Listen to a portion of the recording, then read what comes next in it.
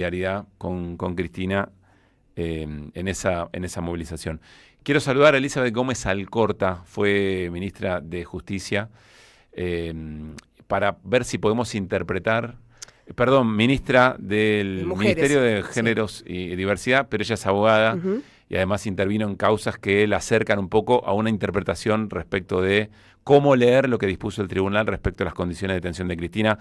Eli, ¿cómo te va? Pablo Caruso, Gaby Radiche, en Que Vuelvan las Ideas, te saludamos. Disculpas por la confusión. No, no hay ningún problema. Hola a los dos, a todo el equipo y a toda la oyentada también. Gracias, Eli. Bueno, a ver, ¿qué interpretación haces de lo que dispuso el tribunal respecto a las condiciones de detención de Cristina? Bueno, primero acabé de terminar de leer las 19 carillas, tratando de encontrar en qué se basa el tribunal para fijar esas medidas de control que debe cumplir la expresidenta en el marco de una prisión domiciliaria. Digo, ¿por qué? Porque yo no sé si ustedes saben, pero la ley que regula el régimen de la pena privativa de libertad, que es la ley 24.660, no existe la posibilidad de un dictado de una medida que acompañe la prisión domiciliaria. No existe, no hay. Y es más, les voy a decir algo, el único caso probablemente en la historia de nuestro país a quien se le también aplicó medidas fue a Milagros Sala. Claro. Ninguna otra persona. Ustedes saben que hoy, Pablo, David, hay cerca del 75% de los genocidas que están presos están con prisión domiciliaria.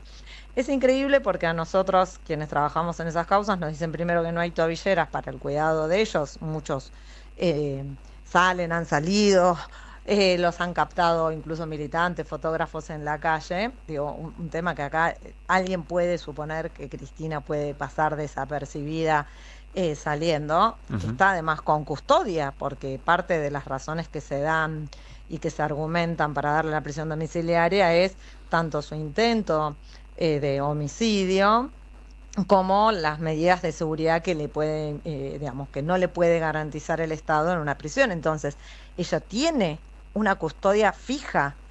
La tobillera, que no es algo que digo que no esté previsto, porque sí está previsto en la ley, no hay tobilleras para todas las personas que están privadas de su libertad en domiciliaria. Quedémonos un segundo ahí antes de otras medidas. ¿Esto qué quiere decir? Vos decías además, Eli, en el comienzo, que la ley que regula la ejecución de la pena no dice nada sobre eso, o sea, no obliga a nada, no señala nada, es toda interpretación del tribunal. Es una interpretación que dice, bueno, si la persona que le dan una probation o está en libertad condicional, ¿no? Es lo que dice, menciona dos situaciones que el código sí le da la posibilidad al juez a imponer medidas. Ahora, son condiciones de personas que están en libertad. Entonces, ¿qué es lo que sucede? Si a vos te doy la libertad condicional, es decir, tu último tramo de tu pena la cumplís en libertad, que es lo que establece el código, te puede imponer, por ejemplo, que no vayas a tal lugar, que no bebas bebidas alcohólicas. ¿Por qué? Porque vos pasás a estar en libertad. No existe en la ley, y es una monstruosidad que demuestra este odio, ¿no? Esta idea de querer desarticular la movilización del día de mañana, pero además un ensañamiento. No existe la posibilidad, la facultad que tome un tribunal de aplicar medidas a quien está en prisión domiciliaria. Ahora, Eli, perdón, ¿y existe algo que controle este abuso, este exceso, esta monstruosidad? Bueno, yo no puedo hablar, pero entiendo que esta resolución puede ser recurrida, como todas las resoluciones judiciales, por la defensa de Cristina Fernández.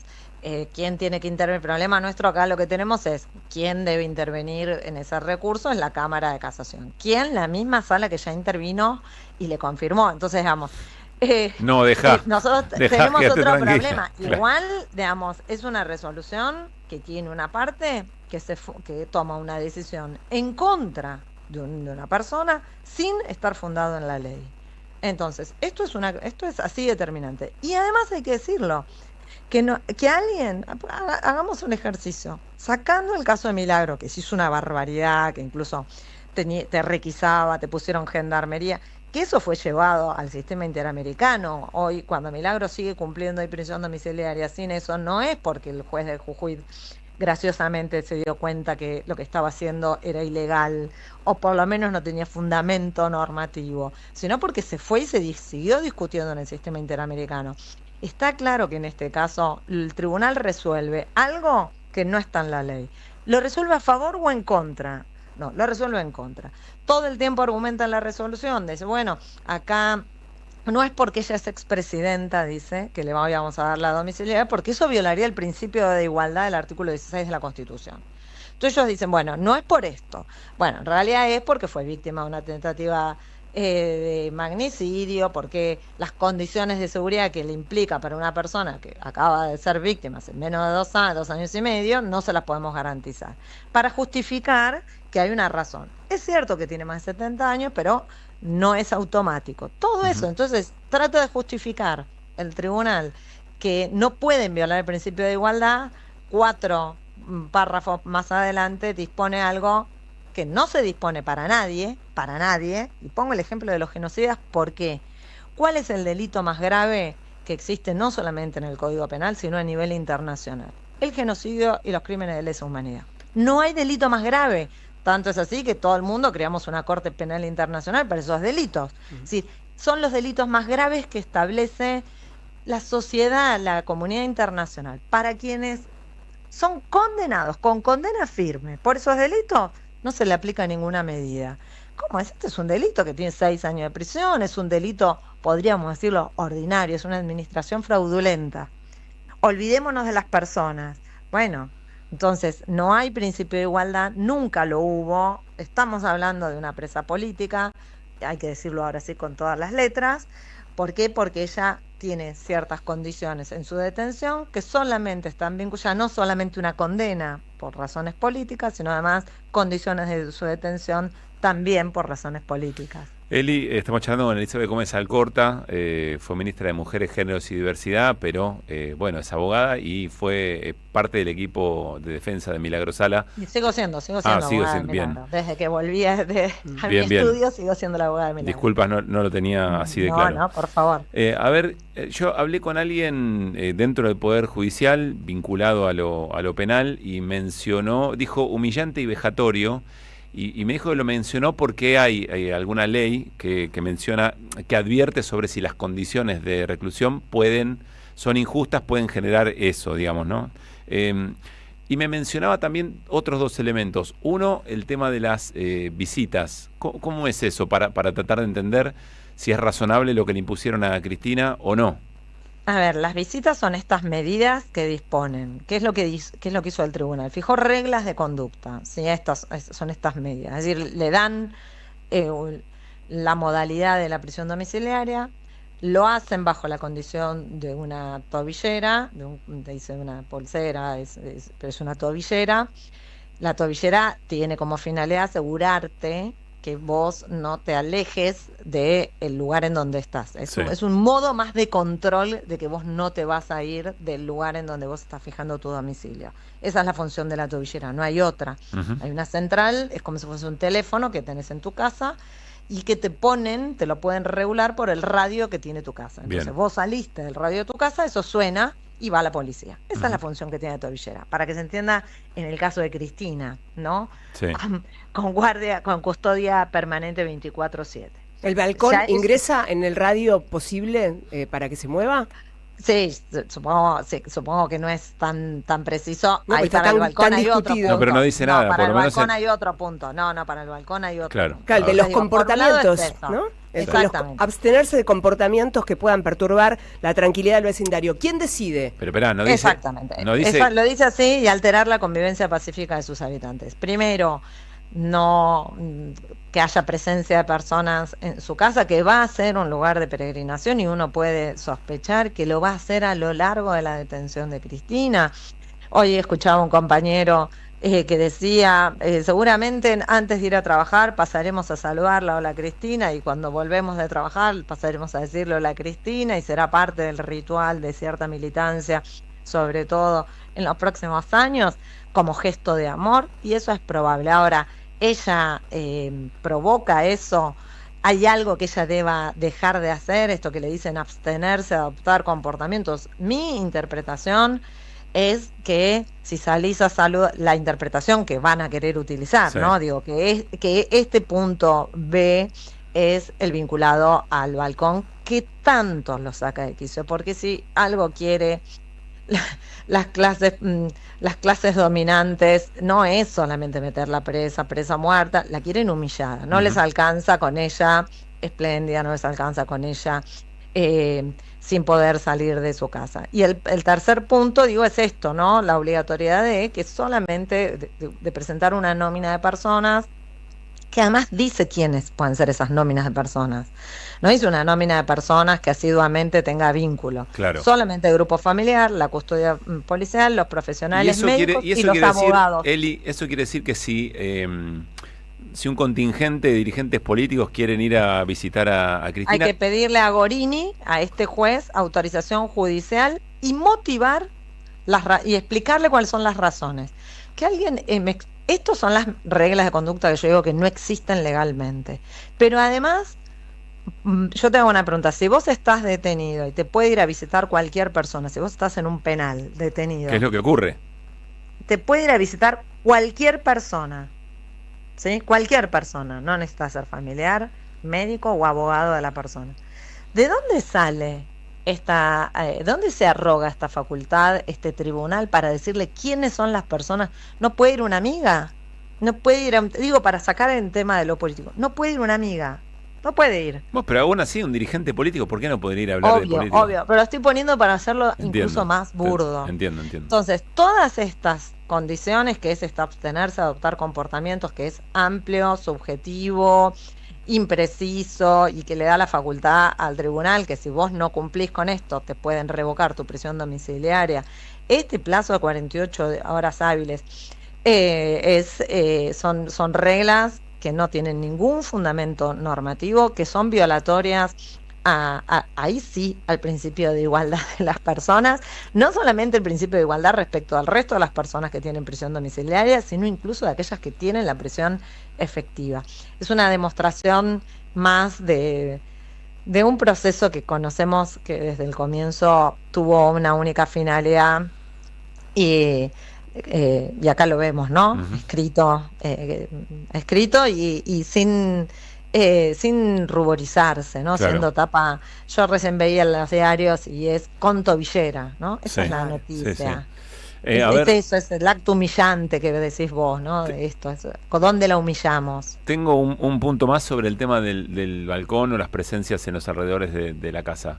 También puede funcionar de alguna manera autocensurando una movilización, porque si alguien se va a movilizar y ocurre lo que ocurre en este momento, alguien puede pensar, la estamos poniendo en riesgo a Cristina respecto del lugar donde eligió estar detenida. No sé, estoy pensando todas estas cosas como derivaciones, digamos, ¿no? Espero que nadie se abstenga de hacer algo, porque la abstención está vinculada a los comportamientos de Cristina, aunque ilegales, es sin normativa, no digo, la resolución no puede pedirle al resto de las personas que dejen de hacer algo. Sería, digamos, bueno, nunca, hoy, digo, en el medio de tantas pero cosas. Así como se interpretaron tantas cosas, podrían decir, usted no hizo nada, pero la verdad que lo que está pasando, usted... pero la imposición es a ella, son reglas de conducta a ella. Bien. Claro, lo que pasa es que la proscripción es a ella, pero también de ahí se desprende la proscripción a un movimiento. Porque eso, sin lugar a dudas, que nos quita a todos la posibilidad de tenerla, de poder elegirla. Pero acá son reglas que se le fijan a ella, y la regla de ella es que ella se tenga que abstener de hacer comportamientos con este nivel de imprecisión. Lo que está claro es que no puede decirle a la población, a la ciudadanía, a la militancia, que se abstenga de ir a un lugar. Esto es digo, en un país donde hoy se legalizó el ciberpatrullaje de la Policía Federal, digo, porque no damos abasto, ¿no? Terminé de leer el decreto 383 y pasamos a leer, digo, de la ilegalidad a la ilegalidad. Para pensar también esto que ustedes dicen, ¿podrá interpretarse? Bueno, la lógica la perdimos hace mucho tiempo. Claro. La lógica legal mucho más, entonces... Es que yo entiendo que abogados y abogadas tienen a la Constitución como Biblia y que hay márgenes de interpretación, pero la sensación de un tiempo a esta parte, Eli, es que La Constitución es una suerte de correlación de fuerza. Siempre lo fue, yo no creo que sea esto nada nuevo. Pero creo que en este contexto ya cualquier cosa se puede decir. Sí, ¿por qué interpretan esto? Porque pueden. Porque pueden. Sin lugar. Pablo, es así. ¿Por qué interpretan esto? Porque la correlación de fuerzas del campo nacional y popular lo permite, porque se ha permitido llegar a una instancia como esta. Digamos, si no, digamos, por algo decidieron que no vaya mañana, porque la correlación de fuerza que se iba a poner mañana, y si es que todavía entiendo que por ahora todavía sigue convocada, a pesar de que nos enteraremos en estos momentos, pues sé que están en reuniones la dirigencia para definir qué se hace, pero está claro que esto resuelto hoy es para evitar una demostración que puede, no sé si cambiar la correlación de fuerzas porque no es tan así, pero sí una clara demostración de cuáles son los límites que están presentes en un momento tan particular como este, ¿no? Eli, lo último, te dejamos tranquila, gracias por respondernos en medio de una tarde tan intensa y demandante. No quiero dejar, ya que lo leíste, de que nos menciones por lo menos lo más gravoso de ese decreto 383 que modifica, entiendo, el Estatuto de la Policía Federal.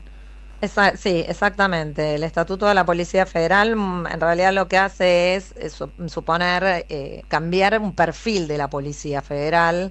Hay el primer artículo que hasta aparece, crear una policía, lo voy a leer textual, líder en la investigación proactiva de delitos federales o complejos. La Policía Federal es eso, es una policía líder en la investigación proactiva, y bajo este gran nuevo paradigma que es colocar en otro lugar, crea nuevas facultades que antes no estaban previstas, vinculadas sobre todo a acciones de inteligencia criminal, permitiendo la intervención con facultades como, por ejemplo, análisis criminal, que eso antes no estaba previsto en la ley, en el marco de la ley de inteligencia, y tener acceso, dice, a información y bases de datos públicas, ¿sí?, en tareas de investigación, y dice redes sociales, etcétera, etcétera, sin ninguna autorización judicial, es decir, para investigar preventivamente, que este es el mayor problema, ¿no?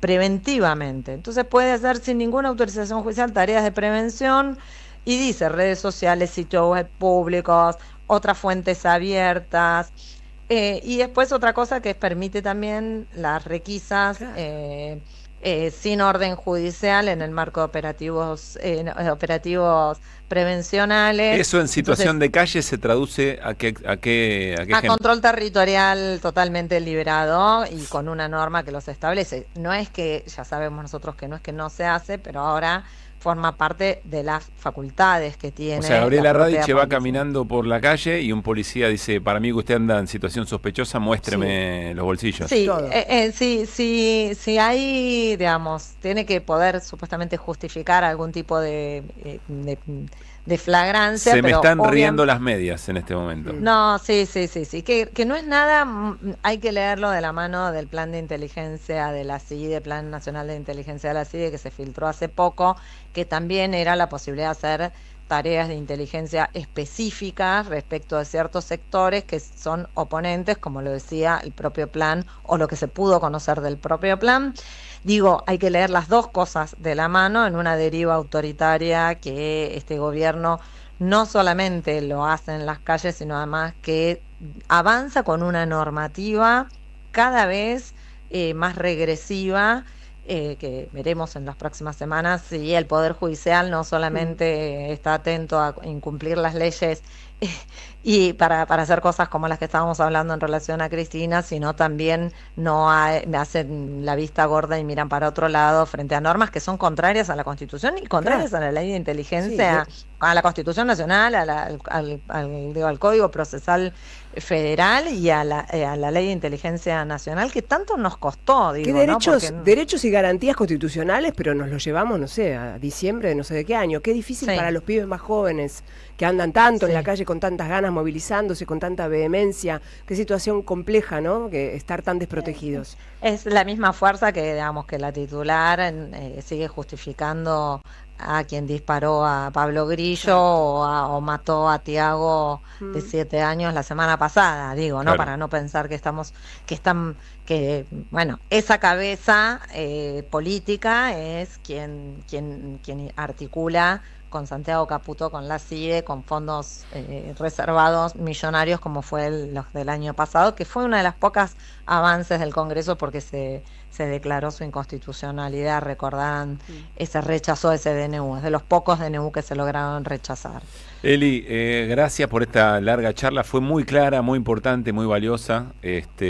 Solo para una última cosa me quedó respecto a lo de Cristina. Cristina ya está detenida, digamos, ¿ya está vigente esto? Ya está notificada, entiendo que sí. Bien, o sea que ya rige, digamos. Digo, porque la realidad es que nos notificamos todos, tenemos la resolución, giró, circuló, TN fue el primero que lo dijo muy temprano, no sabíamos si era cierto o no. Más temprano fue no Feynman, ¿no? Que al mismo tiempo fue el que tenía el dato, el que originalmente lanzó el dato que iba a haber condena. Sí, nosotros no sabemos si era o no era una operación para desarmar la marcha de ayer o no. Claro.